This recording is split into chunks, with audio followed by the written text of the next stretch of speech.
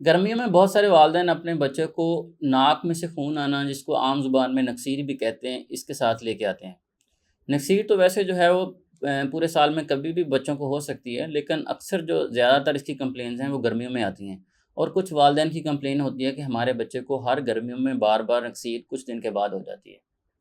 तो आज की वीडियो में हम देखते हैं कि नक्सीर की क्या वजूहात होती हैं, आपने घर में क्या इलाज करना है और हॉस्पिटल में आपने कब लेके जाना है, और हॉस्पिटल में आपके बच्चे के साथ क्या कुछ हो सकता है, क्या उसका इलाज उधर हो सकता है। मेरा नाम डॉक्टर ज़ुबैर खालिद है, चाइल्ड स्पेशलिस्ट। जो नक्सीर है या नाक में से खून आना है, ये हमारे नाक के अंदर एक बारीक जो है वो खून की नालियों का एक गुच्छा होता है।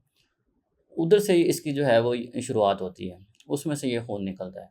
मैंने अपनी प्रैक्टिस में देखा है कि 90 टू 95% जो है ये नक्सीर, ये नाक में से खून आना, मेडिकल टर्म में इसको एपिस्टैक्सिस कहते हैं। ये बिनाइन होती है, मतलब इसमें के पीछे कोई बहुत बड़ी बीमारी छुपी हुई नहीं होती।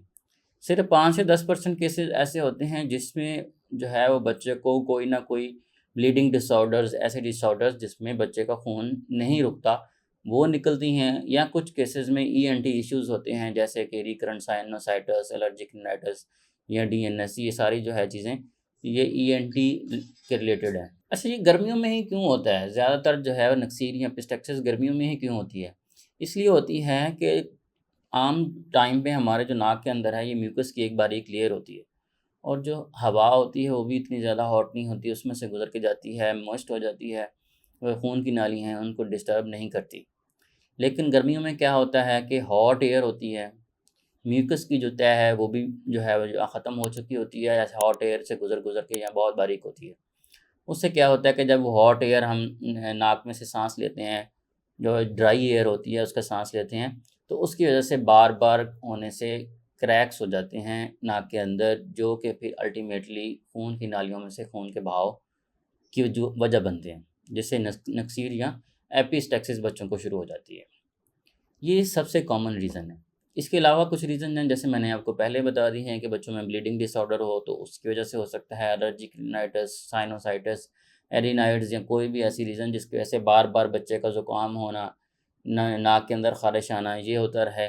उसमें जो है वो बच्चे अब नाक के अंदर बार-बार हाथ डालते हैं, ख़ारिश करते हैं या इंजरी कर लेते हैं, उसकी वजह से भी जो है वो नक्सीर या एपिस्टैक्सिस हो सकती है।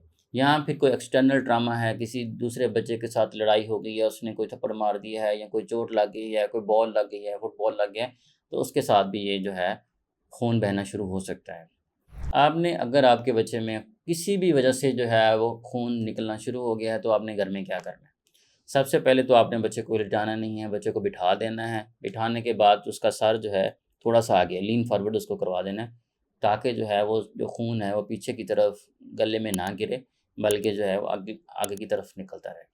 उसके बाद आपने बच्चे को सर के ऊपर भी ठंडा पानी डाल सकते हैं। वैसे भी कोल्ड कंप्रेस जो है वो नाक के इर्द-गिर्द जो है वो आप अपने बच्चे के कोल्ड कंप्रेस, जिसमें ठंडा पानी हो गया, बर्फ़ हो गई, इससे आप बच्चे की टकोर कर सकते हैं। अक्सर औक़ात इसी से जो है वो खून आना रुक जाता है। अगर इससे नहीं रुक रहा हो तो आप जो नाक का सॉफ्ट हिस्सा जहाँ से शुरू होता है, वहाँ पे आप थोड़ा देर उसको दबा के रखेंगे। दबाने से भी थोड़ी देर में बच्चे का खून रुक जाता है। अगर ये आपने सारे घर में टोटके कर लिए हैं और बच्चे का खून नहीं रुक रहा है, तो आप अपने बच्चे को हॉस्पिटल लेके जाएँगे। में इनिशियल ट्रीटमेंट, इमरजेंसी की ट्रीटमेंट के ऊपर जो है वो आपका जो डॉक्टर है वो बच्चे की नेज़ल पैकिंग भी कर सकते हैं। खून रोकने वाले कुछ इंजेक्शंस और मेडिसिन्स होती हैं, बच्चे को वो भी दे सकते हैं। और इसके बाद आपको अगर जो उसको ज़रूरत हो तो ईएनटी वाले, नाक कान गले वाले डॉक्टर के पास भी रेफ़र किया जा सकता है। आपने इसको प्रिवेंट कैसे करना है? अगर आपके बच्चे को बार-बार नक्सीर हो रही है, तो आपने इसको कैसे रोकना है? सबसे पहले तो आप जो है पेट्रोलियम जेली या वैज़लीन होती है, वो बच्चे के नाक में लगा के रखें। अगर आप बच्चे को एलर्जिक रिनाइटिस या साइनोसाइटिस है, तो उसका इलाज करवाएँ। और बच्चे को ये समझाना होता है कि आपने किसी भी सूरत-ए-हाल में बार-बार नाक के अंदर जो है वो हाथ नहीं डालना। छोटे बच्चे होते हैं, नॉर्मलस्टाइन के ड्रॉप्स आते हैं, नॉर्मलस्टाइन पी के नाम से, वो भी आप बच्चे की नाक में बार-बार डालते रहेंगे। उससे क्या होता है कि बच्चे, जो नाक के अंदर वाली तह होती है वो थोड़ी मॉइस्ट रहती है, नरम रहती है, क्रैकलिंग वगैरह नहीं होती है, और नाक में से खून निकलने के चांसेस होते हैं वो कम हो जाते हैं। तो इस तरीके से आप अपने बच्चे के नाक में से नक्सीर आना या एपिस्टैक्सिस को रोक सकते हैं।